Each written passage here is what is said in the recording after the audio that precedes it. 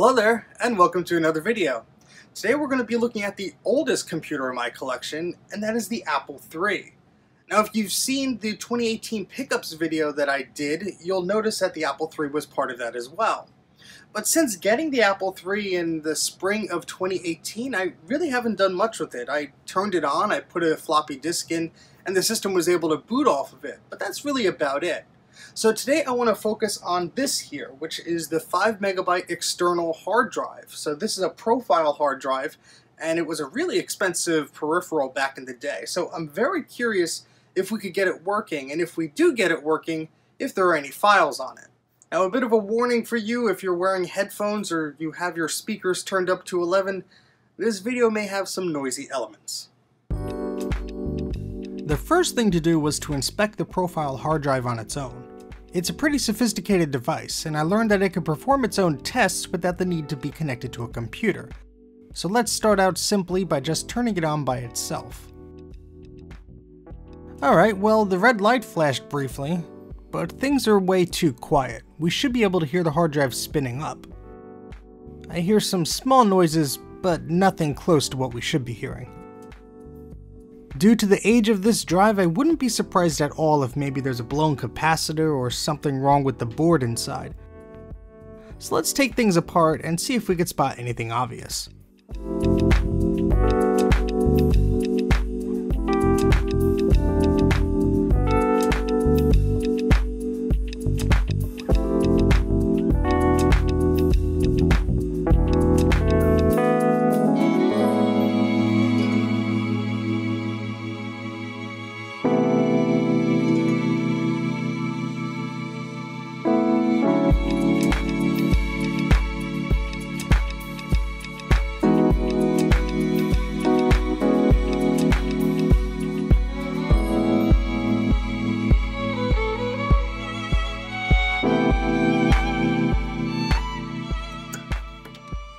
Wow, this thing is actually spotless inside. There's not even one speck of dust. All the boards look good and I don't see any damage or anything. So I'll explain what we're looking at here. First, we have a power supply at the bottom that powers the hard drive and the circuitry. Then we have an Apple controller board. And finally, the Seagate hard drive itself.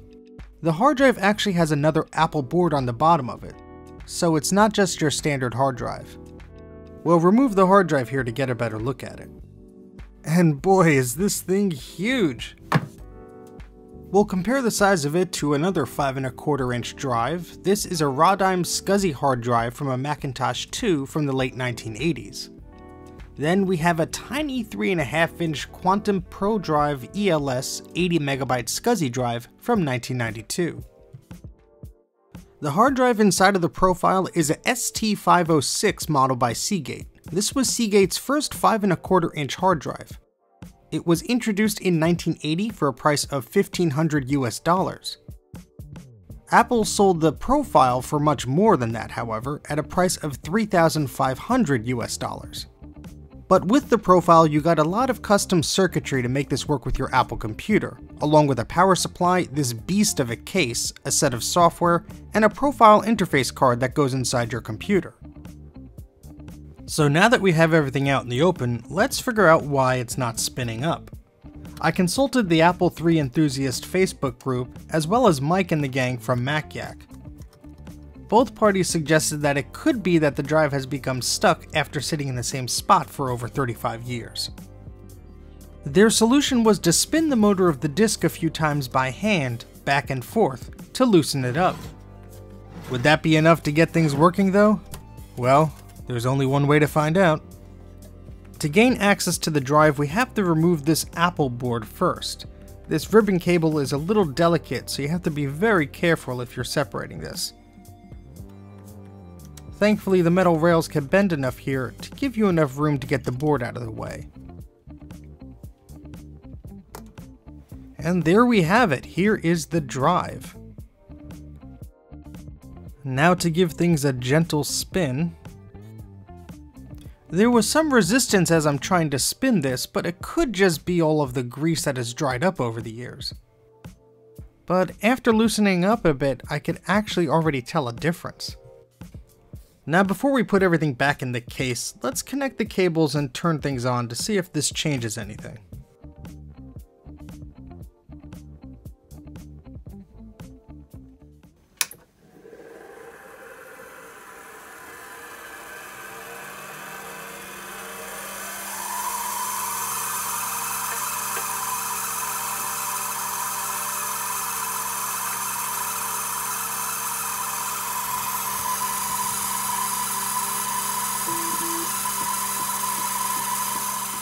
To my great surprise, it actually worked. The disk was now spinning up and was performing its initial tests. When finished, the drive's light turned solid red. This means that everything is okay and that it's ready to be accessed by the computer. So now it's time to put everything back into the case and continue with our testing.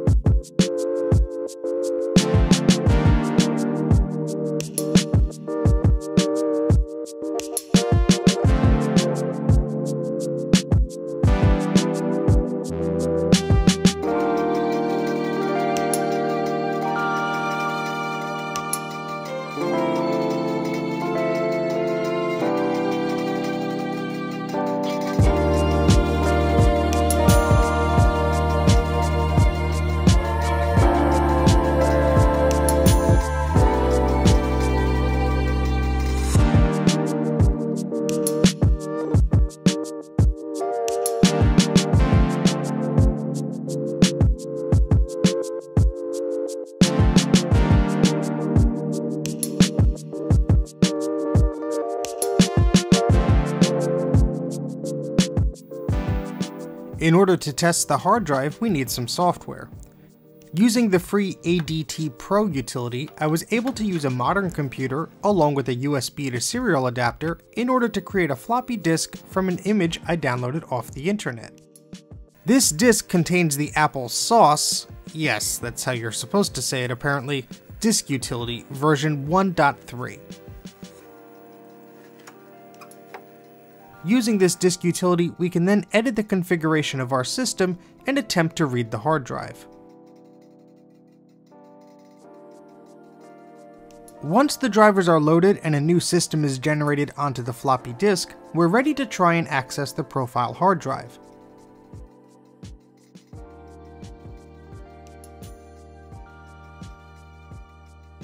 First, we'll need to turn off the Apple III. Now we can turn on the profile hard drive. We'll need to wait until the light is solid red before we could turn the Apple III back on. Okay, now we're booting off of our floppy disk. Now that the operating system knows to expect the profile hard drive, we can try and list the devices available to see if the profile shows up.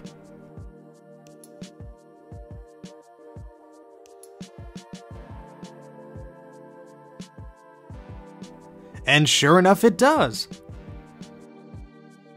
Now we'll try and get a directory listing to see if there's anything still on this drive.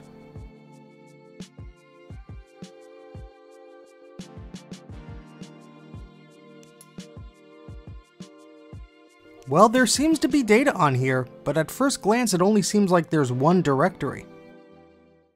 Is it actually working?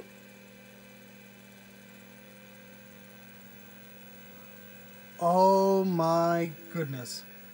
It works. Yeah. Things aren't as instant access as we're used to. This is a 1980s hard drive we're talking about. There seems to be a ton of files on here, but sadly by the looks of it, there isn't any software. Still, I'm amazed that this hard drive is working at all. I completely thought it was a goner. Now I know that the drive is working, and I wonder if I could use ADT Pro to back up the drive to a modern computer.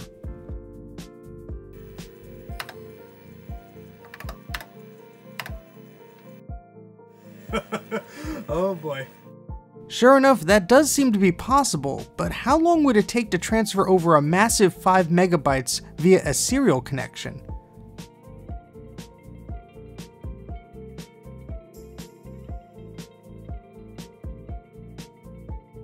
Actually, only about 9.5 minutes. Not bad at all considering this is a system from the early 1980s.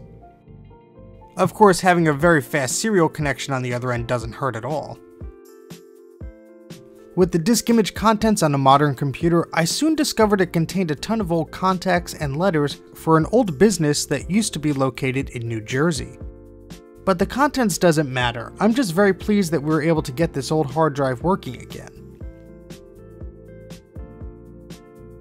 Well, I guess that about wraps things up on this video. I did not expect this hard drive to work at all. I really did not. I've had much newer, older hard drives that have refused to do anything. So the fact that the hard drive was actually visible by the system, and that the files could be read off of it, and that I could actually copy everything over a serial connection to a different computer just blows my mind. I was not expecting any of this to work. So that is really cool.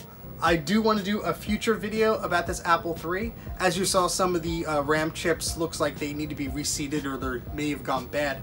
So I want to see what has to be done with that. Maybe we get that going and fix that. But that's about it for this video. So I really hope you enjoyed watching this. I had a lot of fun making it. If you want to subscribe to this channel, that'll be really cool. You'll be notified of anything that I release, so live streams and things like that. Just make sure you hit that little notification bell icon next to the subscribe button so you're all kept up to date and you're notified when new things are released. As always, in between videos, if you want to keep tabs on what I'm doing, be sure to follow me on Instagram and Twitter. My handle is Mac84TV. And as always, my Patreon supporters, thank you so much for helping to support this channel. There's details on how to support this channel via Patreon in the description box below, so be sure you check that out. You get some goodies for doing that as well. So that about wraps it up, and I guess I'll see you here next time, right here on Mac84.